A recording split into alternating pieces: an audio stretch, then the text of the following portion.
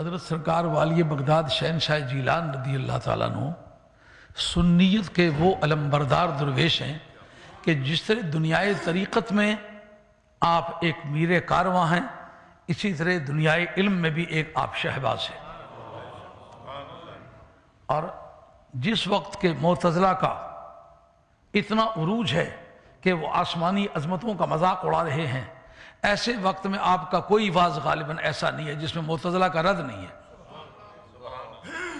Government کا opposition کا آدمی جس کا نام حضرت امام احمد حنبل ہے، وہ اگر ان کے دور حکومت میں درے کھا کے شہید ہوا ہے، اس کو کہنا وہ میرا امام ہے، یہ تو موت کا دروازہ کھٹکھٹانے کے برابر ہے۔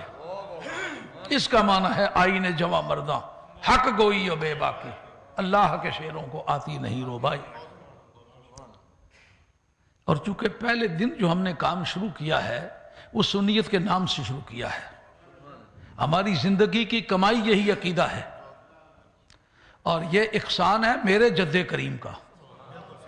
آج ماتھے پہ تلک لگا کے ہزاروں شہید بنے، جس کا نام امام حسن ہے وہ میرا باپ ہے۔ انہوں نے خلافت راشدہ کی سیٹ چھوڑی اور حضرت امیر معاویہ رضی اللہ عنہ کو اختیارات سونپے۔ یہ کس کا احسان ہے؟ یہ امام حسن کا احسان ہے۔ وہ خون رسول ہے، وہ خلیفہ راشد ہے۔ جس کو اقتدار سونپتے وقت خلیفہ راشد کہتے ہو، نعرے کے وقت اس کو کیوں شامل نہیں کرتے ہو؟ آپ کو مولانا یاد ہوگا اولڈم میں تقریر ہوئی تھی، نعرہ تحقیق پر کوئی گفتگو کرنے لگے تو مجھے کہنے لگے آپ کریں۔ میں نے کہا یار یہ نعرہ جہلم سے چلا ہے، بدعقیدہ لوگوں نے اس کی ابتدا کی تھی۔ ویسے تو بدعقیدہ لوگوں کی کوئی بات آپ قبول نہیں کرتے، لیکن یہ قبول کر لی۔ مگر کیا کیا، وہ نعرہ خلافت لگاتے تھے، اس کے بعد کہتے تھے حق چار یار۔ وہ تو امام حسن کے منکرین ٹھہرے، اس لیے حق چار یار پر ان کا گزارا ہوتا تھا۔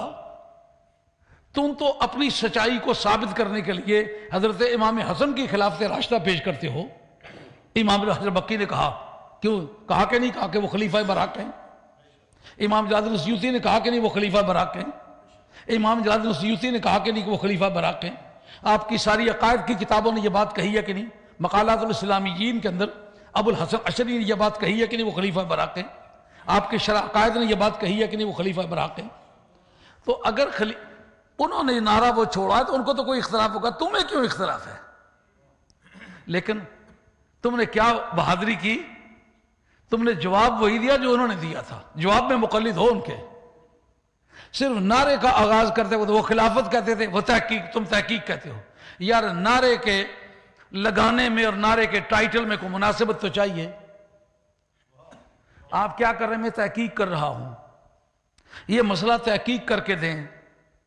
کوئی ڈکشنری اٹھائیں گے تو اس کے معنی خلافت کے کہیں ہیں؟ انصاف سے بات کرو۔ نعرہ خلافت کا تو تعلق بنتا ہے نا خلیفوں کے ساتھ، نعرہ تحقیق کا کیا تعلق بنتا ہے؟ اگر میں نے یہ بات کہی ہے تو جرم کیا کیا ہے؟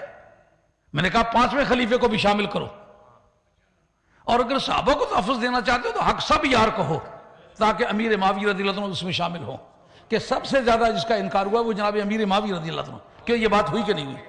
آج سے کوئی 25 برس پہلے کی بات ہے، تو آج سے 20-25 برس پہلے کوئی اس بات پر گفتگو نہیں ہوئی تھی، کوئی بات نہیں چلی تھی۔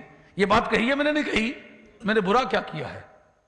اگر میں یہ چاہتا ہوں کہ نعرے میں حضرت امیر معاویہ رضی اللہ عنہ کو بھی شامل کرو، حق سب یار کہو، تاکہ یہ بہام دور ہو جائے تم کس مذہب کے آدمی ہو، تو جس نے پہلے سنیت کو قائم کیا اس کو نکال کے نعرہ کیوں لگاتے ہو؟ مجھے یہ سمجھاؤ۔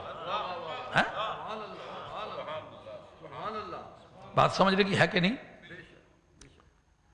اور یہ کہ علی کی بات جو ہی کوئی کرے فوراً کہ اس سے شیعہ کو تقویت ملتی ہے۔ میں تم سے عذر انصاف چند باتیں پوچھوں گا۔ اگر قرآن مجید کے اندر توحید کی آیتیں ہیں، توحید بیان کرنے سے وہابیوں کو فائدہ پہنچے، آپ ان آیتوں کو نکال دیں گے؟ ان کا پروپیگنڈا بند کر دیں گے؟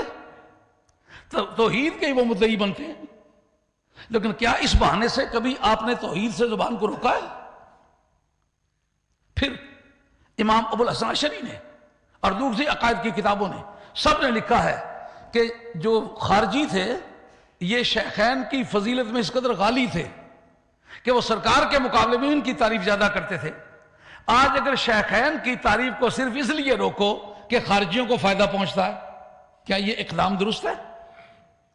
ہم کہیں گے صدیق تو نبی پاک کا یار غار ہے، تو امت مسلمہ کا سردار ہے، فاروق تو عالم اسلام کا فاتح اعظم ہے، تو نے اسلام کو ایک سپر پاور بنایا۔ اب اگر کسی کو فائدہ پہنچتا ہے پہنچے، ہم تیری عظمت سے اپنی زبان کو نہیں روکیں گے۔ حضرت موسیٰ علیہ السلام کے معجزات قرآن مجید میں ہے کہ نہیں ہے نا؟ آپ نے ان کو اس لیے روکا کہ اس سے فائدہ یہودیوں کو پہنچتا ہے۔ جس ملک میں آپ ہیں اس ملک میں نظریاتی طور پر، معاشی طور پر، اکنامکلی اور پولیٹیکلی جو یہودیت ہے وہ برسر اقتدار ہے، تو کیا آپ اس بہانے سے یہ کہنے کا حق رکھتے ہیں کہ موسیٰ علیہ السلام کے فضائل کو اس لیے روک لو کہ وہ اس کا فائدہ یہودیوں کو پہنچتا ہے؟ وہ قرآن مجید کی آیتیں نکالی ہیں آپ نے؟ عیسائیوں کا یہ ملک ہے، اس ملک رہتے ہو، آپ کے جتنے معجزات عیسیٰ علیہ السلام کے ہیں قرآن مجید میں مذکور ہیں کہ نہیں؟ ان کو روکتے ہو؟